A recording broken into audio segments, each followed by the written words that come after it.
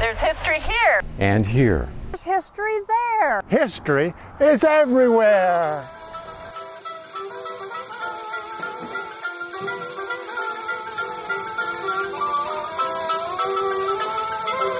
For spending an hour today of your time to learn more about what's happening in the world of wildfire and, of course, history. And I'm excited that you all are here to learn more about the history of fire, because it's something that I've been excited about since I learned about the history of wildfire and how we got into this situation. And having been, I assume most of you have been around the Rogue Valley, at least for the last few years, enough to have experienced a couple of smoky summers.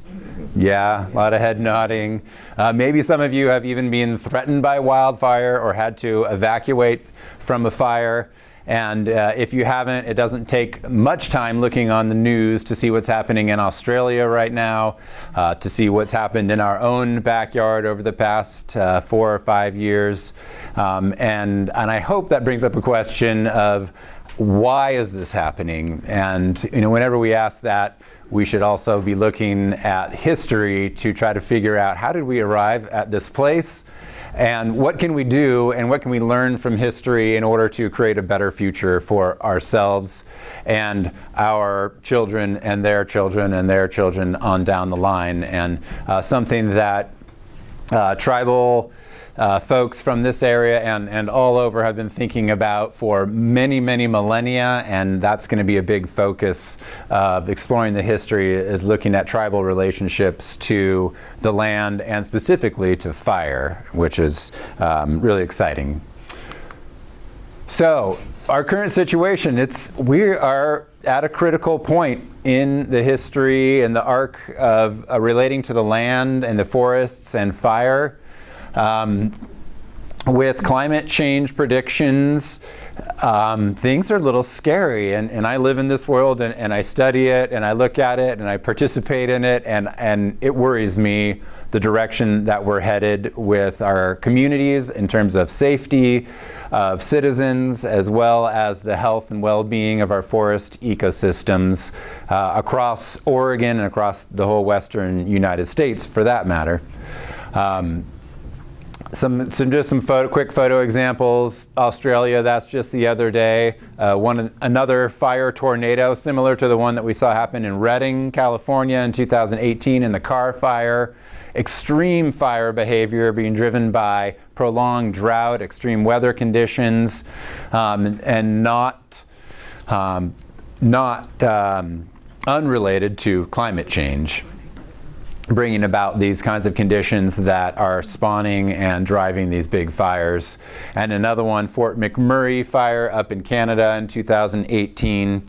Extreme fire behavior, evacuated an entire city, but also happened early in the season, way north of here, a time when we should not have been seeing fires like that. So where do we look for answers? Well, we could look to pop culture. You can tell what I spent my time doing over the holidays, going to movies and reading books with my kids. But I think there is something to be learned from Harry Potter and Star Wars and Lord of the Rings, and all of those have some element of going back in time and examining how they got to the current predicament, whatever that might be in these particular cases.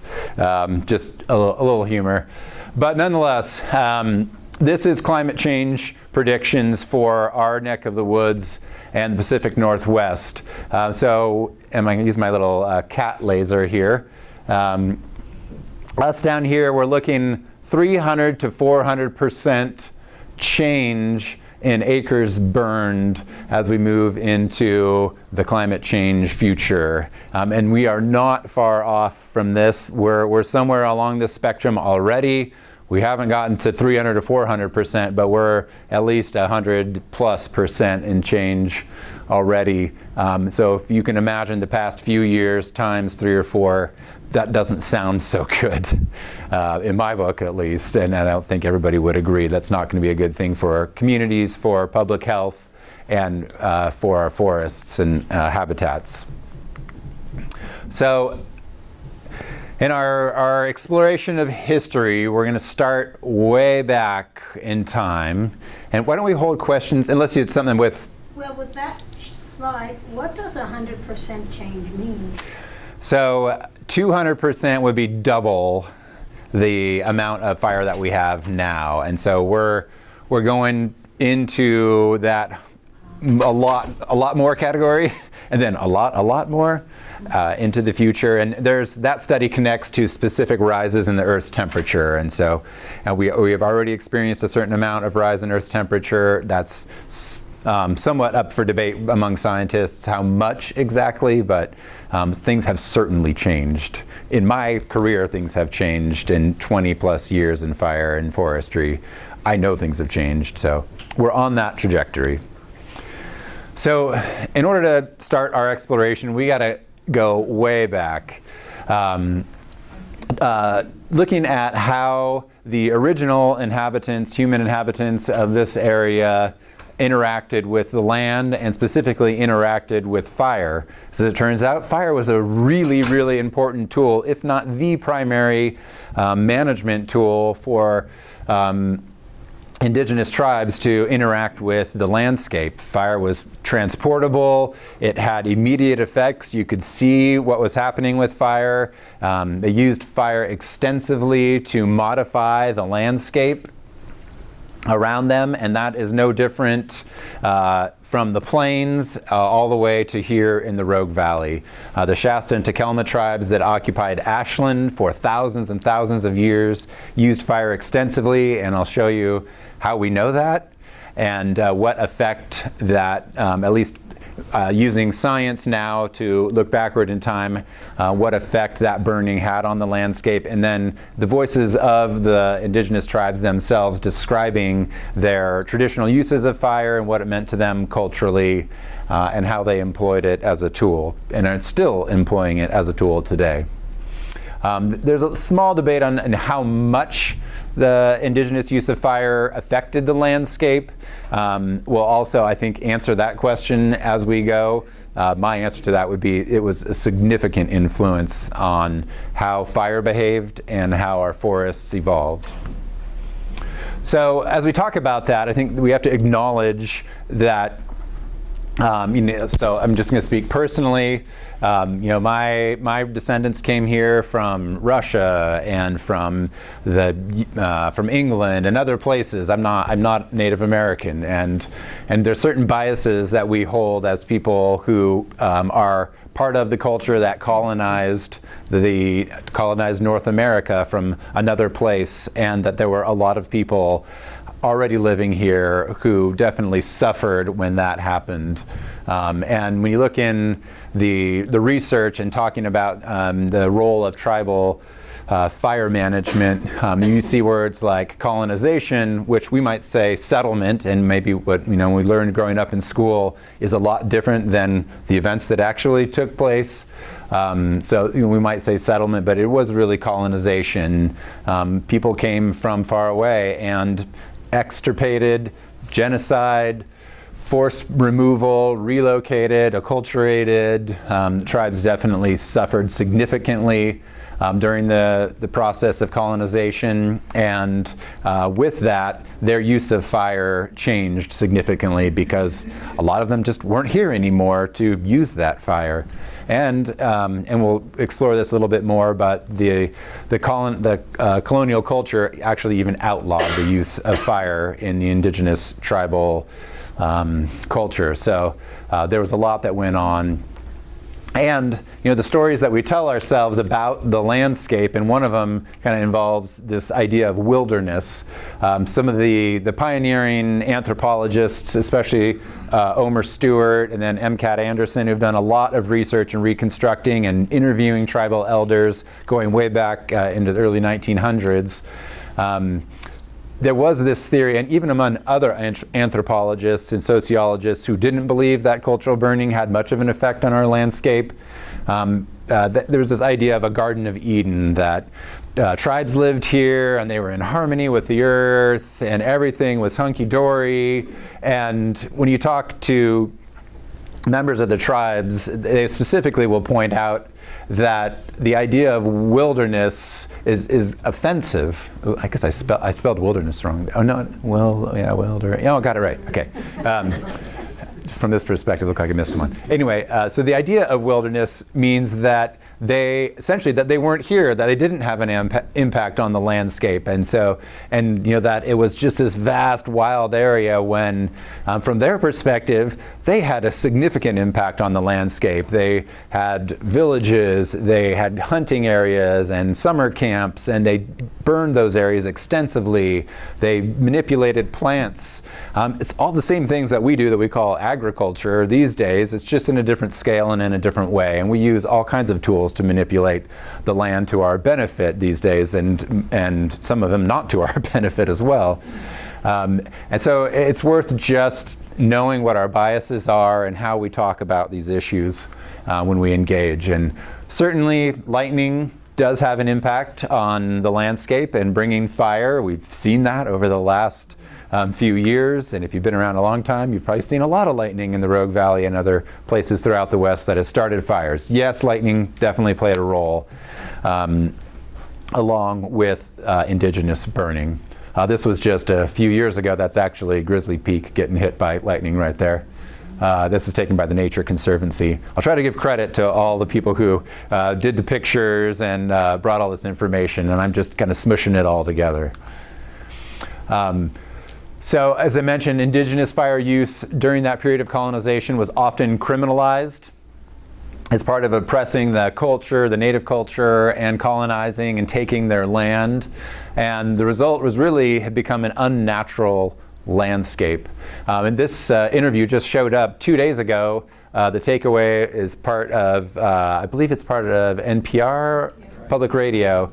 And so this interview was on Monday with Chukchuk Hillman, who's a member of the Karuk tribe, which is down on the Klamath River, really just a stone's throw over the top of Mount Ashland and down the other side, where 3 different tribes do a lot of land management through the use of fire, and increasingly these days they're trying to do more. But it's a really interesting part of this interview here, where the interviewer is asking him about a tribal member from Australia, who's obviously facing the same issue, came here to ask him about how their tribe is owning that use of fire and reinvigorating it on the landscape. You mentioned that you had a visit from an Aboriginal tribe member in Australia. Tell me what they were looking for, given that they are going through their own natural disaster right now.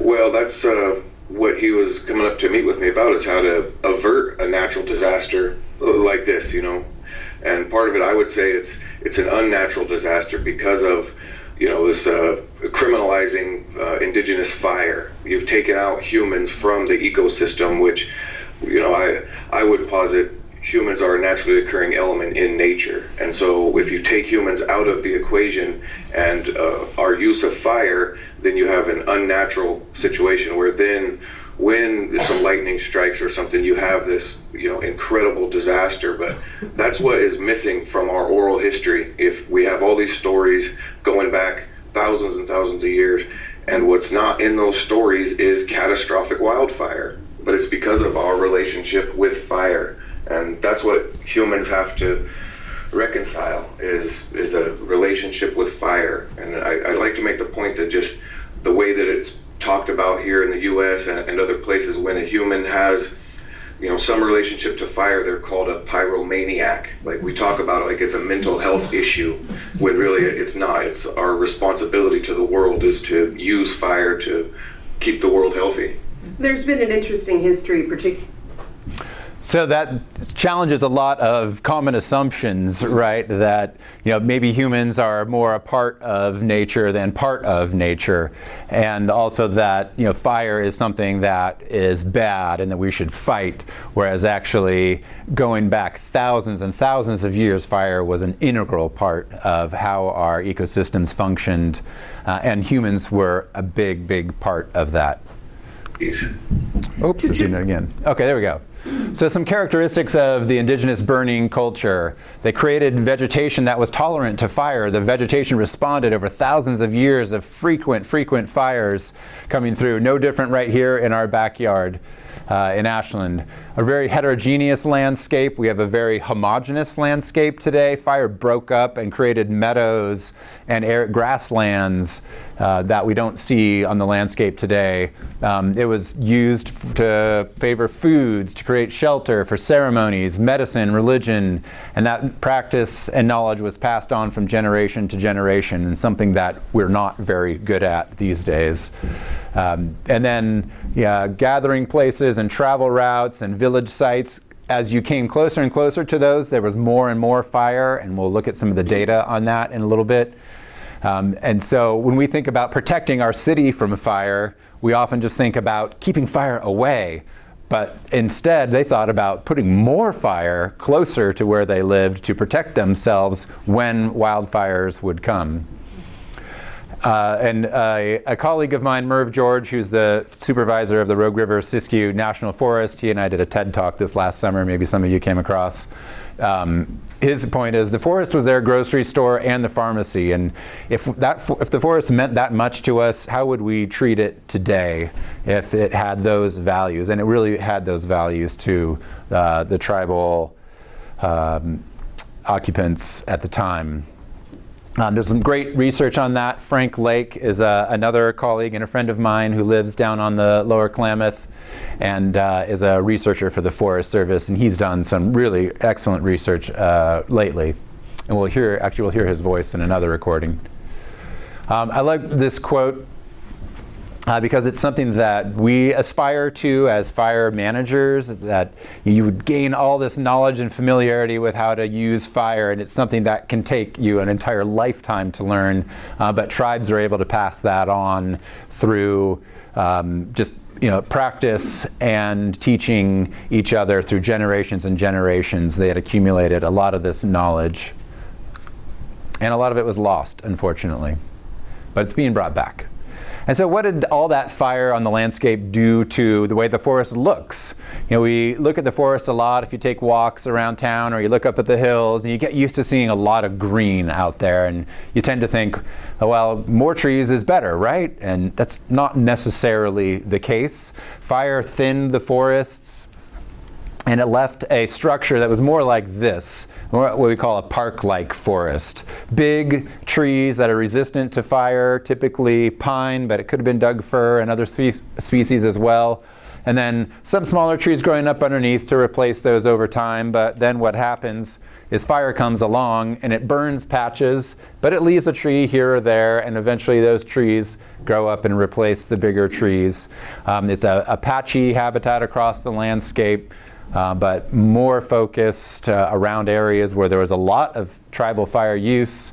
There was these really open stands, and when I look at the forest today, I see the relics of that, but it has changed significantly, and we'll see some pictures in just a minute. So this is one of the oldest pictures I could find of this area, the Ashland Watershed, taken in 1915. I'm going to try to find where this was taken from and see if I can retake this picture. It would be really interesting to do it. But it's actually really nice that there's a lot of snow up there, because you can see where there's a lot of open areas on the hill slopes above Ashland, and a lot of that has gone away. And those open areas are actually what interrupt the passage of fire and keep fires small and confined on the landscape. Today we have a very homogeneous landscape with a lot more trees than we saw back then, and a lot of the displacement of Native Americans happened here in the 1850s, and so this is even 60 plus years into that process of the loss of the influence of fire on the landscape. So there was changes here. The forest was already filling in. A lot of logging had already happened to build Ashland in the 1850s through early 1900s. Downtown had already burned once and been rebuilt by 1915. So some historical anecdotes supporting that the use of fire. The Wilkes Expedition that came through here in 1841 said, ascending the grade towards Siskiyou Pass, they observed an old woman igniting grass and brush using a large firebrand. So she was either Shasta or Takelma and was performing the ritual of putting fire back on the land.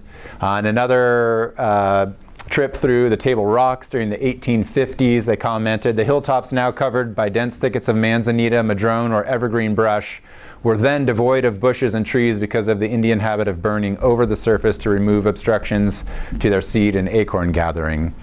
Certainly we see a lot of brush and madrone on the hillsides these days with a lack of fire. And then John B. Liburg, who actually did research in Ashland's watershed area in 1900, he said fires have marked most of the forest but have not burned in the reserve within the last 10 or 12 years. So remember, he's there in 1900, that's already 50 years into fire exclusion.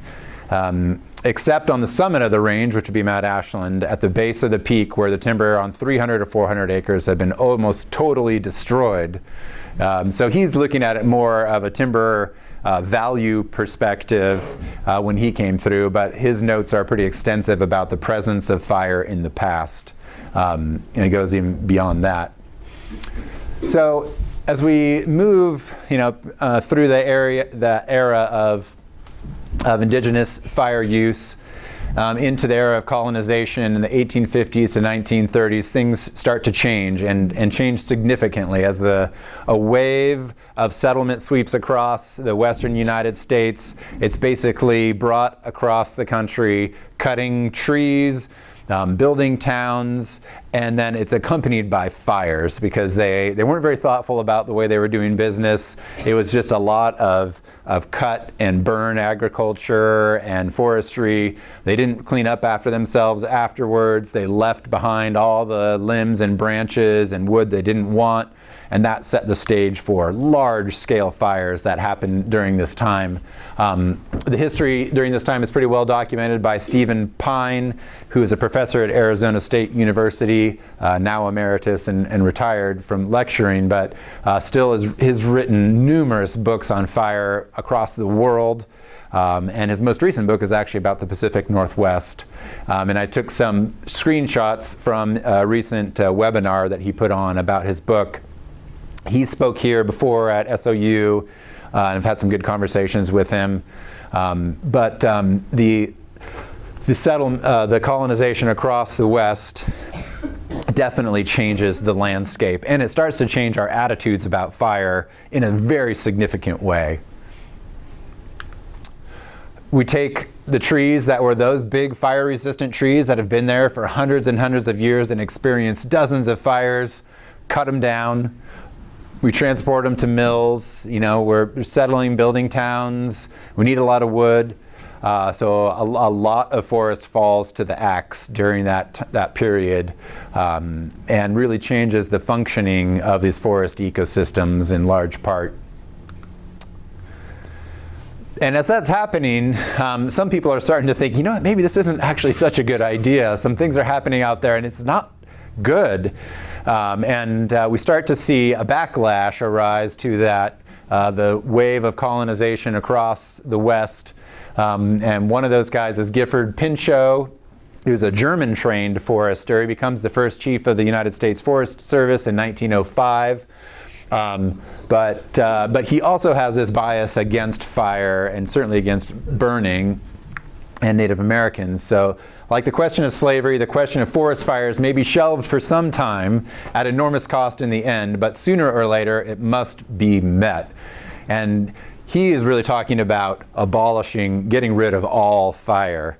And that at the time, that's kind of the going attitude is, wow, we see fires, they're burning trees that we would like to be cutting down and sending to the mill. We need to get rid of this fire menace as quickly as we can. And his next quote down there, of all the foes that attack the woodlands of North America, no other is so terrible as fire.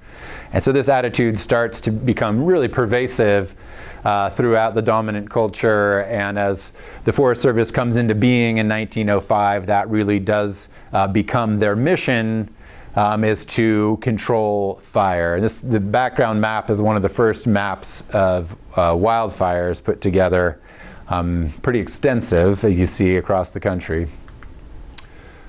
And in a part of that, we create this, and on the positive side, as a lot of the trees and habitat are getting cut down, they actually decide to reserve a lot of it. And so forest reserves are set up. Gifford Pinchot has a big part of that, as does Teddy Roosevelt at the time, who Gifford was really close to. There's a fabulous book called The Big Burn that describes their relationship in great detail. Anybody read The Big Burn? An awesome book and an excellent part of history. And the Forest Service comes into being during this time. The CCC comes in, the National Park Service, 1916. The first national park is created, Yellowstone, in 1872. And John Muir comes into prominence in the preservation movement.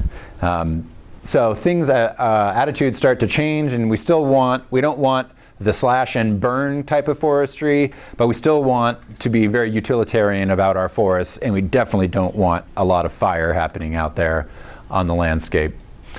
And that brings us into even a new era of fire suppression, starting in the early 1910, early 1900s era, where we start to actually get good at putting fires out. Before that, we weren't very good. We didn't have a lot of machinery, a lot of knowledge and know-how. And so this is being learned and spurned on by a couple of serious fire events. One, the Big Burn that the book is about. 1910 in the Northern Rockies, a lot of the forests there have been cut, a lot of slash is left behind, but also a significant weather event happens and burns in just a matter of days 3 million acres. A huge swath of land, even in today's standards, and we see a lot of big fires today, but that was a big, big fire. This is the town of Wallace, Idaho, that was basically wiped off the map at the time. And then after that, the Tillamook Burn, which in Oregon lore is probably one of the larger wildfires, historically speaking. We've eclipsed that many times since. But the Tillamook Burn is actually a series of fires that happens every 6 years from 1933 to 1951. In the Coast Range here in Oregon. And both of those fires have a significant impact on our attitudes towards fire and the federal policies that result from those uncontrolled fires that burn up a lot of timber, kill people, and burn up towns, which actually kind of sounds more like the modern time, doesn't it? So as a result, we create this emergency fire fund in 1908 to pay for federal fire suppression. That's new. Timber protective associations come into being. What in Oregon eventually evolved into the Oregon Department of Forestry. There's still a couple of protective associations in existence. There's one in Douglas County, there's one in Coos County, but a lot of them have been subsumed into ODF. I forget what WFCA means. The Wilkes Act in 1911 centralizes firefighting, and as do the others. And the 10 a.m. policy in 1935 is also significant, where the Forest Service said, we will put out every fire that starts by the next day at 10 a.m. And so they are getting serious about fire. Maybe they don't get all of them, but they actually were pretty successful with the 10 a.m. policy, which lasted up until the 1970s, and some might argue it's still in existence today. And then we go into World War II, and if fire wasn't the enemy before World War II, it is really the enemy after the Second World War. We see the fire bombings happening in Europe. The Japanese actually launch balloons with incendiary bombs to light the Pacific Northwest on fire. A number of them land in Oregon. There's a whole history to that that's extremely interesting. The only casualties as a result ended up being a family and some Boy Scouts that ended up finding one of these bombs on a Boy Scout outing in Oregon. Militarization of firefighting happens as surplus war machinery and capacity as people come back and they want to get to work, and there's still that feeling that we need to fight something, and that gets translated into fighting fire and convert a lot of aircraft into firefighting aircraft, and really they fan the flames of public fear against fire. And our friend Smokey comes into being. Oh, where is he? There he is. I mean, if you didn't hate fire after this poster, something was wrong with you. We've got tiny bear cubs praying with baby deer. I mean, oh, God. Seriously, if you don't hate fire, something's wrong with you. Do you know what year this is? This poster? I don't know which year this poster is from. It's of that era, and there are actually a lot of gems in these posters from that time frame. But prevent the madness. So just appealing to very core fears that people had at the time as a result, especially of the Second World War, but really making fire the enemy. So, in this point along our arc of history, you can see we went from tribal use of fire and extensively to now a totally different culture, a changed landscape, and an absolute fear of fire. And so things have changed a lot in a short period of time, 1850 to 1950, 100 years. And on the heels of that, though, some people start to realize, you know what? Maybe fire isn't as bad as we keep saying it is. And so the science starts to catch on very slowly at first. And the discipline of fire ecology is born in the 50s and 60s. And there are really three guys, and this is again documented by Stephen Pine. Harold Weaver was the particular guy in the Pacific Northwest who had a big influence. But the three of them, Herbert Stoddard, who worked out of the Southeast in Florida, he was actually a wildlife biologist, and he realized the benefit of fire for wildlife habitat, and particularly a bird that he loved. And then Harold Biswell worked out of UC Berkeley. And Biswell, somebody who's worked for the city, and maybe some of you know Marty Main was a student of Harold Biswell back in the day. And Harold Biswell really got into burning in the giant sequoias. And all three of them at different times were labeled as heretics. And these guys were going to burn down the forest. The dominant culture and the dominant research and forest management paradigm at the time really thought they were crazy. And who are these guys saying that we should be lighting the forest on fire? So, yeah, and actually, interestingly, Harold Biswell, decades before the Oakland Hills fire, said, we have a really big problem here in the Bay Area, and we're going to have a big fire. And sure enough, he was right. And so they actually do give birth to this movement. Stoddard creates what becomes the Tall Timbers Research Lab in Florida, which becomes a central point for fire research. There are plots that he established a long time ago that are still being followed up today in research studies. And Harold Weaver ends up having a big impact on the role of fire, especially on the east side of the Cascades, where there's a lot more ponderosa pine, but certainly it would apply to our area as well. And so things continue to evolve after that. I mean, these guys are working in the background, but some of the Park Service actually starts to catch on to this fire thing, and they start using fire in the 60s and 70s in some national parks where timber production is not really the goal in national parks. They're more interested in ecosystem health and preserving habitats. And so they start to use fire, and we get the Endangered Species Act in 1973. And then eventually that, with the northern spotted owl, results in the Northwest Forest Plan in 1994. And then the fire culture is also solidified through the creation of the National Interagency Fire Center, which is in Boise, the National Wildfire Coordination Group. It spans the country, all things fire. Federal policies are put in place, Joint Fire Science Program, most recently the National Cohesive Strategy, which isn't a bad thing. And then in Oregon specifically, forest health actually starts to get some consideration in the Blue Mountains in eastern Oregon, that fire might be an important thing to the function of these ecosystems, and maybe we want to start thinking about putting fire back into the landscape. But then also a lot of areas, especially under the Northwest Forest Plan, are put in reserve and we don't touch them, and that includes the Ashland Watershed, which is a lake successional reserve specifically for spotted owls, with the thought that we don't ever want to go in there and cut any trees. We don't want to do anything. We just want to protect the habitat. But it turns out in fire-prone forests, that's not a good thing. And so that leads to a big change in Oregon, which isn't really a good or bad thing. It just is.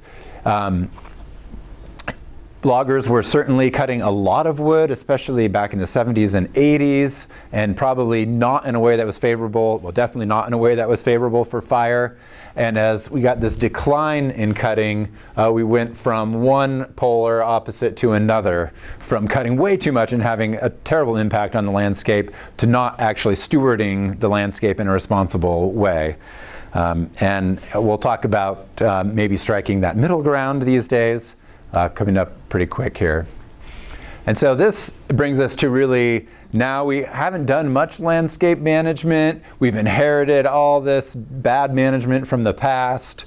And it brings us into a new era where we are now, which is the era of mega fires. And we have homogeneous landscapes. Fire can burn almost at will. Climate change is now like turning a fan on high and just blasting fire across the landscapes. And one of the primary researchers in this area who's been looking at this for a long time is Paul Hesburgh, and who actually came to Ashland twice now. He's been to Medford a couple times and Grants Pass with his show, Era of Megafires, which we're going to see here.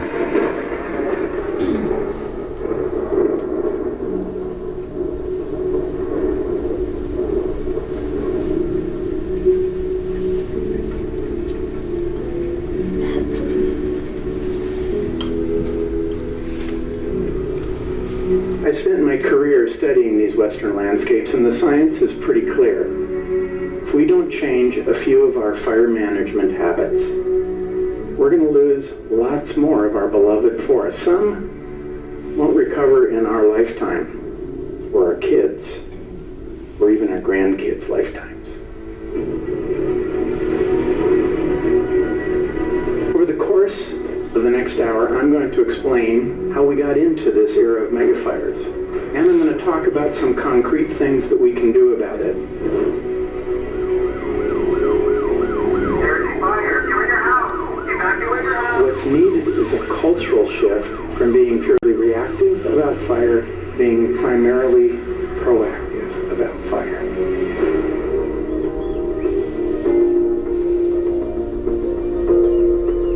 We can recreate landscapes that can tolerate fires that are typical for the forest type, where the patchwork is restored and the landscape can self-regulate fire growth and fire severity.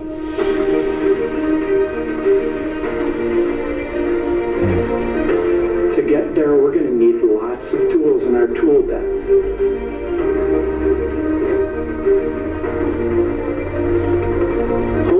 Neighborhoods and municipalities need to get much better prepared for the wildfires that are coming. This is an example of the epidemic of trees that has occurred throughout the western United States. It's not just up to public land managers and firefighters. This is a social problem, and we need to work to get this changed.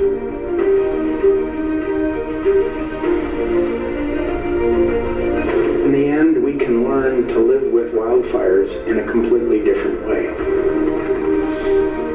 We simply want fires to go away, don't we? And take that pesky smoke with them. That option is not on the table.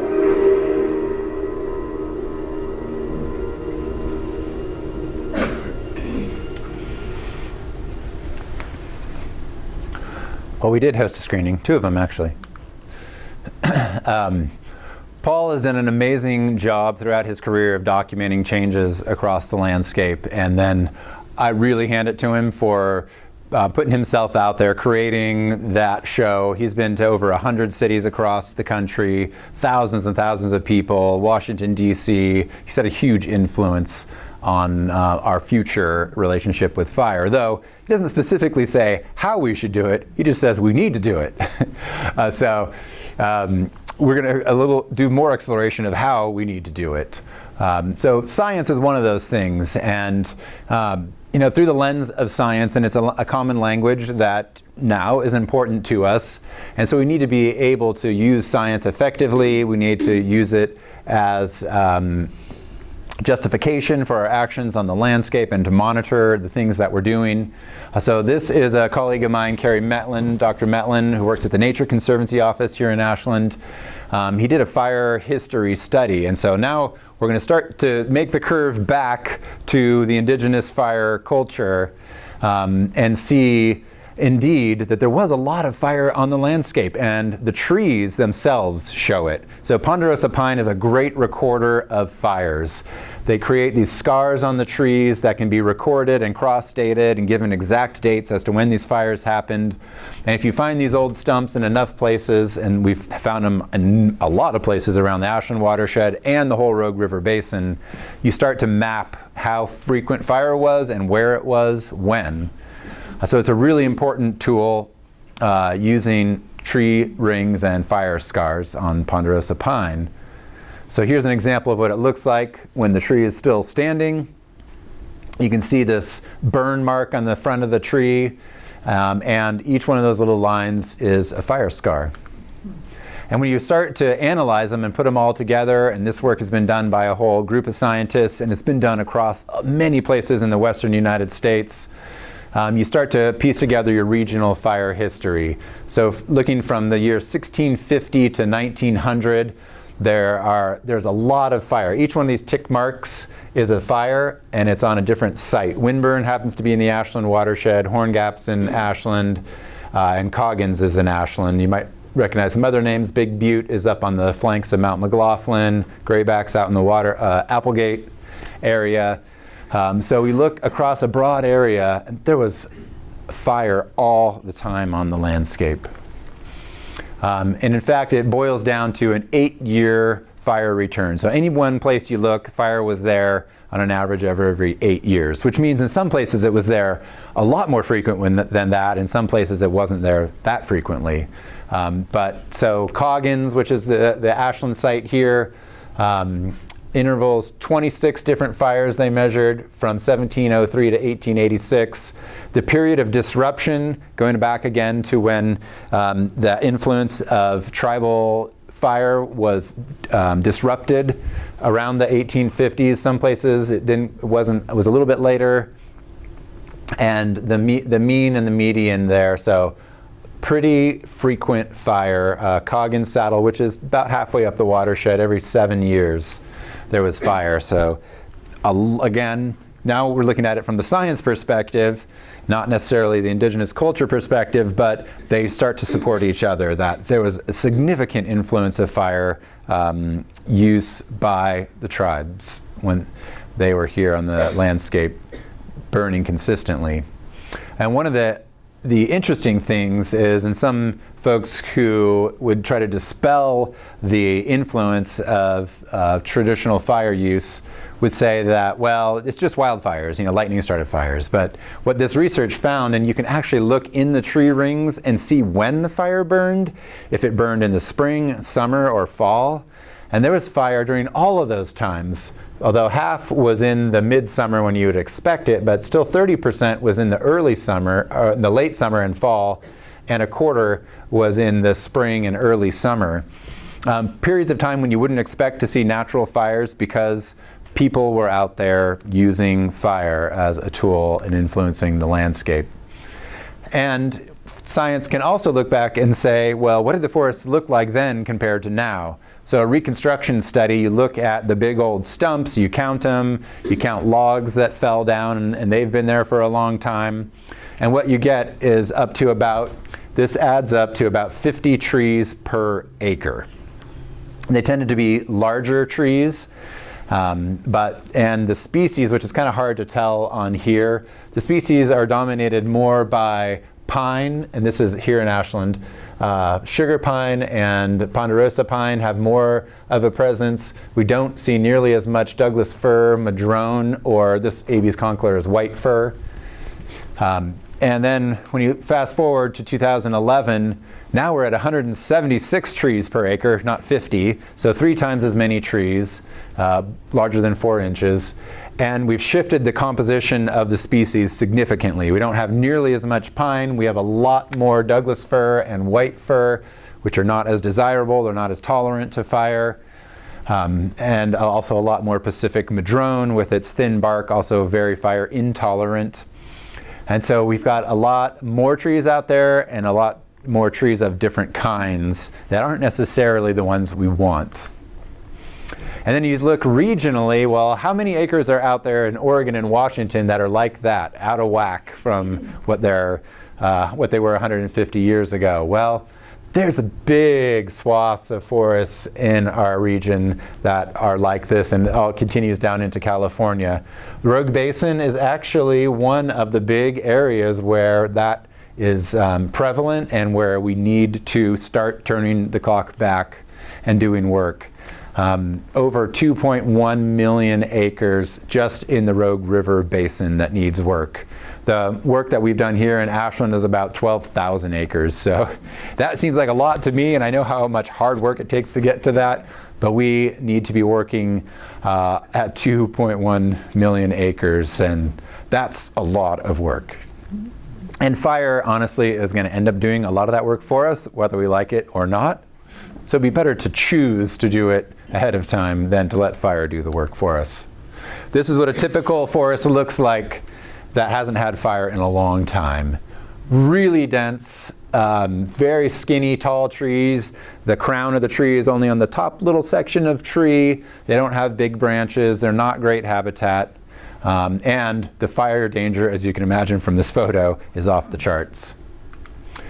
Also, the ingrowth is crowding out really highly desirable trees like California black oak that's getting shaded out in this picture and dying. The oaks are something that the tribes really managed for because of the acorn production, also supports a lot of good wildlife habitat, and more those trees are going away, sadly. They're also great, they have great cavities for animals to nest in. But a forest that looks more healthy and would behave differently during a fire is this, with open trees, predominantly larger trees, and lots of space in the understory. The trees aren't too connected to each other. They're not going to pass a raging fire between the crowns. This is what we strive for when we're doing work up in the watershed, is to recreate something like this that can accept fire in the future, and is also going to be a lot more adapted to climate change, as it turns out. And so this is the kind of fire we would like to see a lot more of. This is a low intensity fire characteristic of lower to mid elevations, and what tribal use of fire looked like 150 years ago, and what it looks like today as tribes are reapplying fire to the landscape as well. So there's killing smaller trees, it's consuming this fuel buildup on the ground, recycling nutrients, and lowering the fire danger. The areas that have burned, there's a lot of science on this as well. As areas burn and they encounter summer wildfires, or wildfires encounter these burn areas, the fires typically drop down to the ground, they become mild. So this is our most important tool for limiting the negative effect of summer wildfire and smoke production too. So the area of restoration, stewardship, and collaboration is where we are now. We've come full circle. Recognition finally that fire is lacking and forest structure has fundamentally changed. We're decentralizing the way that this happens. Instead of concentrating all of the responsibility, laws, everything with one agency, which typically is the Forest Service, we're now creating partnerships, distributing the responsibility for financially and otherwise amongst partners. We work with the Nature Conservancy, Lomakatsi Restoration Project, the city, and the Forest Service on an equal basis, whereas in the past it would have been just the Forest Service. We might have commented from the side as the city because it's our watershed, but the responsibility was fully theirs, and we've changed that. And crossing boundaries is also really important. Fire doesn't know boundaries, and so we shouldn't know boundaries either. And so we can work with private owners, we can work on city lands, BLM, Forest Service. Whoops, I've got these little squished in here, but we need to be very site specific. We can't go out there and just do a one-size-fits-all prescription and recipe for the work we're doing. We need to involve communities and be transparent to communities. Embracing Indigenous fire knowledge, restoring tribal stewardship of land where possible. It's a particular challenge in Ashland as the Tillamook and Shasta were forced from this area. They ended up as part of reservations to the north and the Grand Ronde and Siletz. And so a lot of the lineage of Shasta and Tillamook was lost as his people were pushed out and combined with other tribes into reservations. So for us, it's hard to follow and figure, who are those people now that are descendants of the Shasta and Tillamook that lived here for thousands of years. There are some out there, but it's harder than in some other places where there's still tribes on the landscape living there and putting fire back to use. And that's the case with the Karuk and the Yurok and the Hoopa down on the Klamath River. We do, despite the bad things that happen with cutting lots of trees and the greed of the timber industry, we actually really need them right now. We need their capacity of mills to send thousands of these small logs that are in excess in our forest to do something with this wood and build houses and make useful products and get the money back to do more good work on the ground.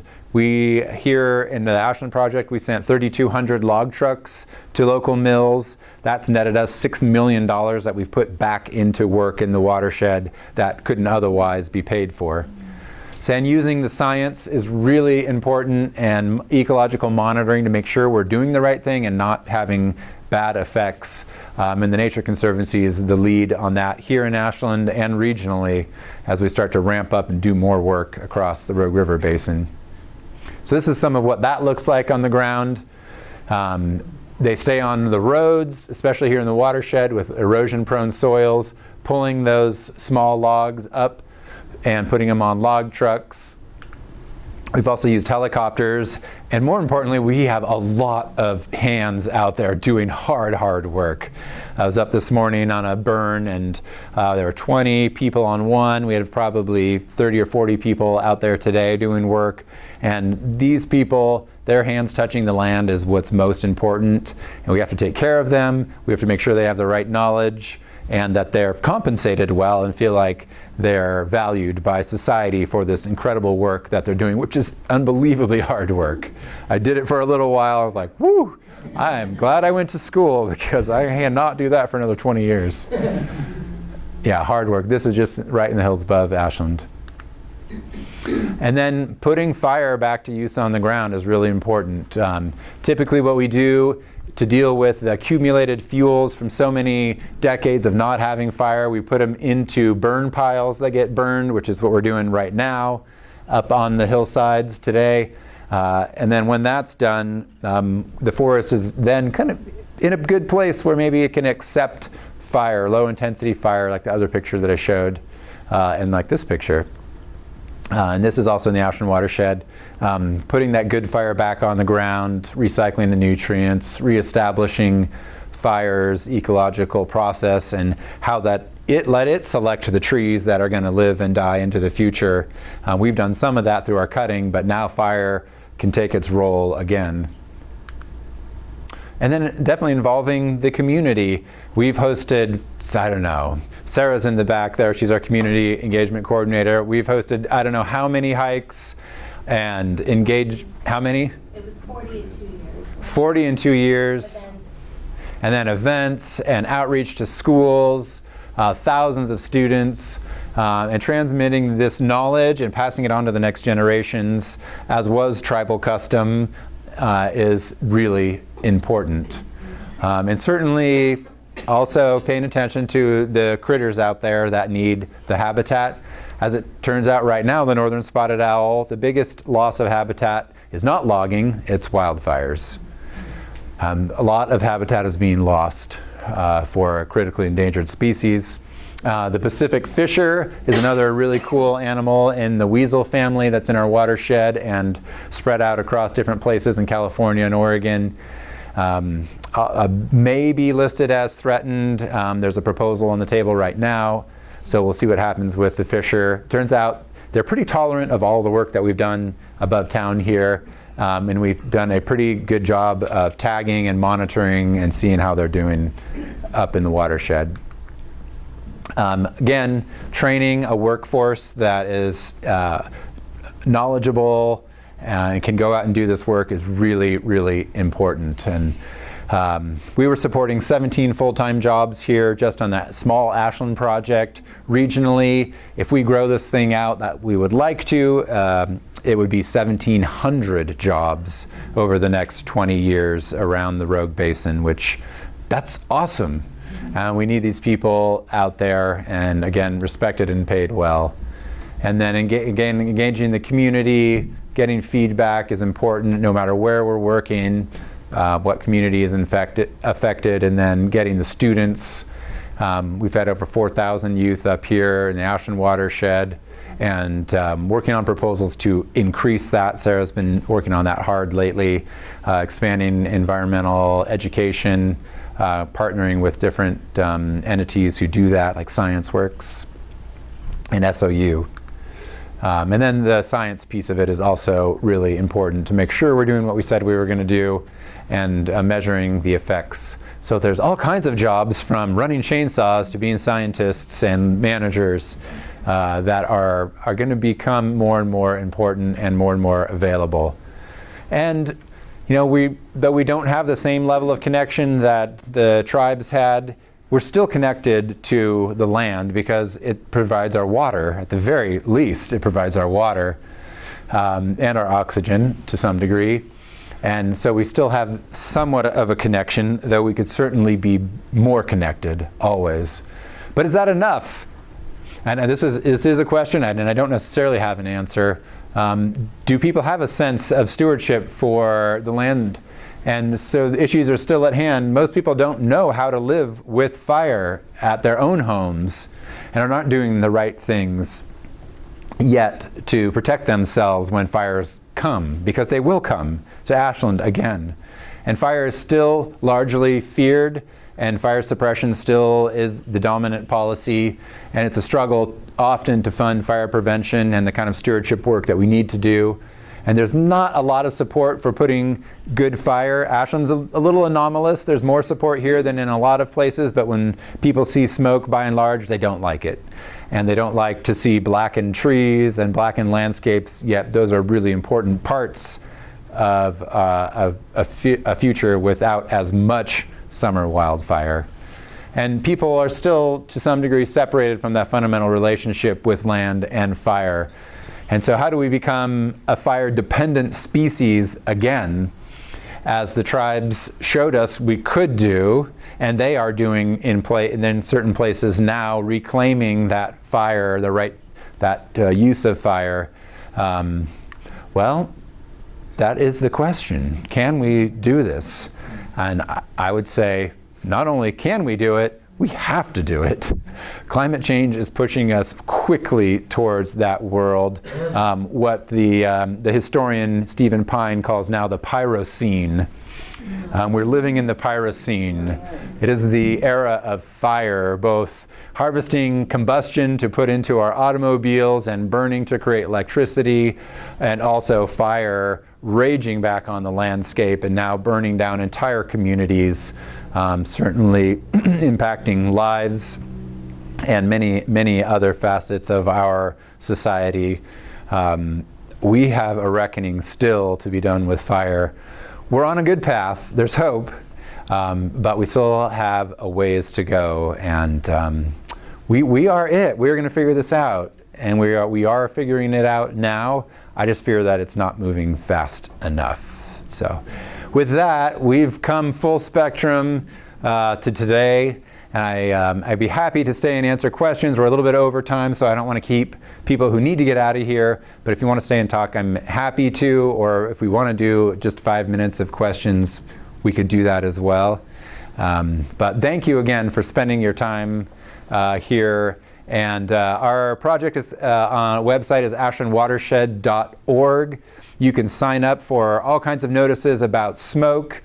We have a FireWise program Brian Hendricks in the back there is part of. And Katie Gibble, who's not here, if you end up running into Katie, she also is out and about helping people figure out how to adapt their home sites to fire.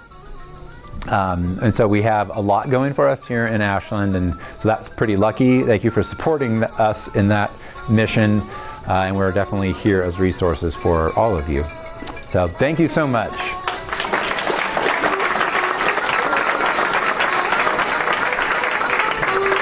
So I'm happy to do questions. If y'all need to skedaddle, great, I don't blame you.